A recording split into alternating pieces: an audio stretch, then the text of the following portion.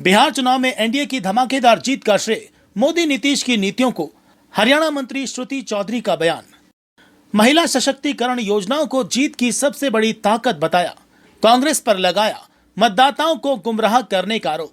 हरियाणा की महिला बाल विकास एवं सिंचाई मंत्री श्रुति चौधरी ने बिहार चुनाव में एनडीए को मिली जीत को प्रधानमंत्री मोदी और नीतीश कुमार की नीतियों का परिणाम बताया। उन्होंने कहा कि महिलाओं को केंद्र में रखकर बनाई गई योजनाओं ने इस चुनाव में बड़ा प्रभाव डाला। वहीं कांग्रेस पर वोट चोरी के मुद्दे को उछालकर जनता को बहकाने का आरोप लगाया। भिवानी के गांव गोलागढ़ में मीडिया से बातचीत के दौरान उन्होंने चौधरी सुरेंद्र सिंह के योगदान, महिलाओं से जुड़ी योजनाओं और जल संरक्षण में हरियाणा की उपलब्धियों पर भी विस्तार से बात की।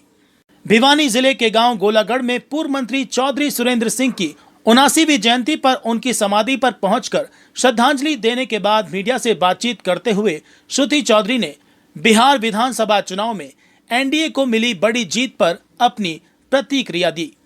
उन्होंने कहा कि प्रधानमंत्री नरेंद्र मोदी और नीतीश कुमार ने महिलाओं को लेकर जो नीतियां बनाई हैं, उन्होंने इस जीत में निर्णायक भूमिका निभाई है।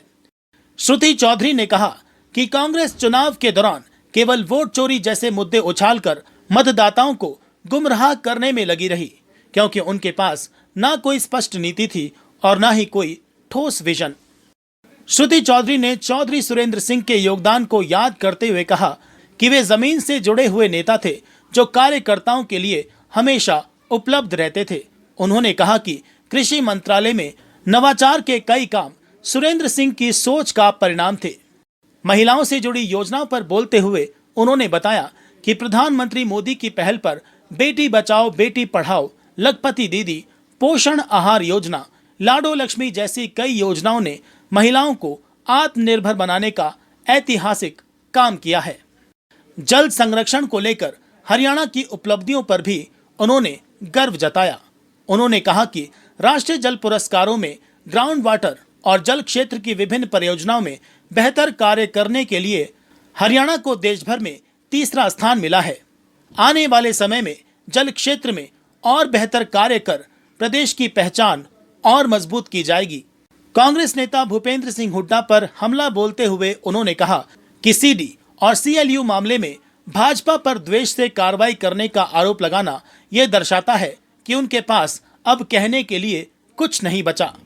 उन्होंने तंज कसते हुए कहा कि लगातार चुनाव हारने के बावजूद हुड्डा को नेतृत्व सौंपे रखना कांग्रेस की विवशता को दिखाता है, क्योंकि सभी जानते हैं कि उनके कार्यकाल में किस तरह से काम होते थे। बयान के हर शब्द में राजनीतिक तेवर साफ दिखाई दिए। बिहार की जीत की गूंज हरियाणा की राजनीति में भी सुनाई दे रही है।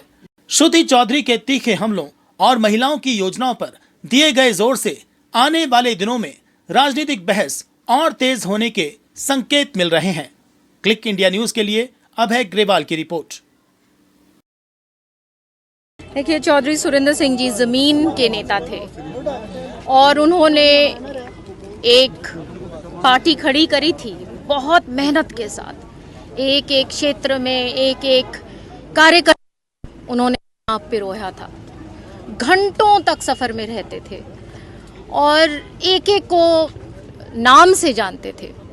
एक एक मुझे बताया करते थे कि हर गांव में, पूरे हरियाणा में कम से कम वो 10 लोगों को बाय नेम जानते थे। तो बहुत मेहनत, उनकी कड़ी तपस्या थी और ज़मीन से जुड़कर उन्होंने हमेशा लोगों की भलाई की राजनीति करी, भाईचारे की राजनीति करी और उसमें उतार चढ़ाव उन्होंने देखे। उससे और वो मंच के ऊपर निकले और नेतृत्व और भी हुआ।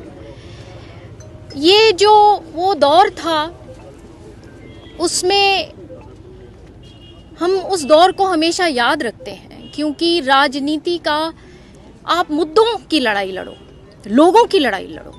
अभी भी आज आप हाल में देख रहे हैं कि बिहार में एक तरफा चुनाव एनडीए ने जीता है और उससे पहले आप देखिए कि किस प्रकार से कांग्रेस पार्टी बातें कर रही थी कि वोट चोरी हो गई। मुद्दे से बिल्कुल ही दूर, ना तो इनके पास कोई नीति थी, ना नेता जमीन पे थे। सिर्फ बात आज इनके लिए दुर्भाग्य की बात है कि सिंगल डिजिट में आके खड़े हो गए हैं। तो ये मैस लीडर्स जो हैं, जो आज के दिन आप देखेंगे कि किस प्रकार से प्रधानमंत्री जी के लिए एक कितना लगाव है लोगों को, स्टेट आफ्टर स्टेट, चाहे लोकल लीडरशिप हो, चाहे नीतीश जी की पॉपुलैरिटी हो, और ये अलग अलग योजनाएं जब आप देखिए कि महिला मतदाता कितना इम्पोर्टेंट मतदाता है।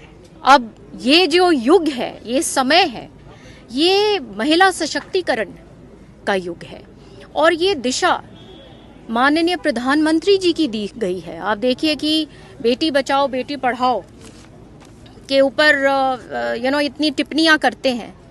किसी ने ये बात पहले सोची भी थी क्या? हरियाणा का कहाँ नंबर आया करता था जहाँ पे लिंग अनुपात की जब बात हुआ करती थी? कहाँ से शुरुआत करते करते कितना डिस्टेंस हमने तय किया है। और जो लखपति दीदी जैसी योजनाएं, फिर आपकी पोषण अभियान और अब लाडो लक्ष्मी, तो ये बहुत इम्पोर्टेंट जिसको सशक्त करने के लिए जो हमारा महिला वर्ग है, और ये नेतृत्व एक बहुत स्ट्रॉन्ग नेतृत्व ही कर सकता है। लेकिन जो विपक्ष है, खासकर राहुल गांधी है या नीतीश है, वो तो कहते थे कि अगर वोट चोरी नहीं होगी तो निश्चित तौर पर महागठबंधन की सरकार बनेगी। पहले ही आरोप लगा दिए उन्होंने। देखिए, एक तो बाहर खड़े होके आप किसी भी और अन्य प्रदेश में या विदेश में जाके कोई भी बातें कर लीजिए, ग्राउंड पे वो स्टेट ने दिया है ना। अब उन्होंने हरियाणा के लिए ये सब बोला। हरियाणा इतना सशक्त राज्य है, यहाँ पे आपको गांव-गांव में पता होता है जब वोट पड़ती है, अगर कोई ऐसी बात हो जाती है तो गांव में वोटिंग रोक देते हैं। एक एक पता होता है किसका वोट कहाँ है गांव वालों को। तो ये कहना तो हमारी संस्कृति से ही वो वाकिफ नहीं है कि इस प्रकार से बात हो ही नहीं सकती। दिल्ली के माध्यम से जो है देश को दहलाने की कोशिश की गई थी। क्या मानते देश की सुरक्षा पर जो सवाल खड़े हो रहे हैं कि इस प्रकार से फिर से आतंकी हमले शुरू हो गए, क्योंकि उसके तार हरियाणा से जुड़े हैं। देखिए, माननीय प्रधानमंत्री जी ने, ये वो प्रधानमंत्री हैं जिसने ऑपरेशन सिंदूर किया है, और आप इस चीज से बिल्कुल ही ये तय है कि जो परपेट्रेटर्स हैं इस क्राइम के, उनको कड़ी सी कड़ी सजा मिलेगी। जल पुरस्कारों को लेकर क्या कहेंगी? हरियाणा को मिले हैं, क्या कैसे कार्य हुए हैं जो अभी राष्ट्रीय स्तर पर? ये बहुत बड़ा एक हमारे प्रदेश के लिए बहुत बड़ी बात है। मैं माननीय चीफ मिनिस्टर साहब का धन्यवाद करती हूँ, माननीय मनोहर लाल जी का धन्यवाद करती हूँ, जिन्होंने एक मार्गदर्शन इस डिपार्टमेंट को भी दिया, और उसके कारण ये लगातार मेहनत होती रही। और चाहे ग्राउंड वाटर रिचार्जिंग की बात हो या अन्य प्रोजेक्ट्स की बात हो, तो हमारा प्रदेश तीसरे नंबर पे आया है, और मेहनत करेंगे और कोशिश करेंगे कि आगे इससे और अच्छा पुरस्कार लेके आएं। मंत्रियों ने कांग्रेस छोड़ी है, संपत सिंह, उसके बाद मंत्री वासुदेव रहे हैं, वो भी कांग्रेस में। तो क्या वजह लगती है? चुनाव भी नहीं है फिर भी कांग्रेस छोड़ रहे हैं। आगे देखिएगा, अभी 4 साल बाकी हैं, अभी तो बहुत लोग छोड़ेंगे, कांग्रेस रहेगी ही नहीं।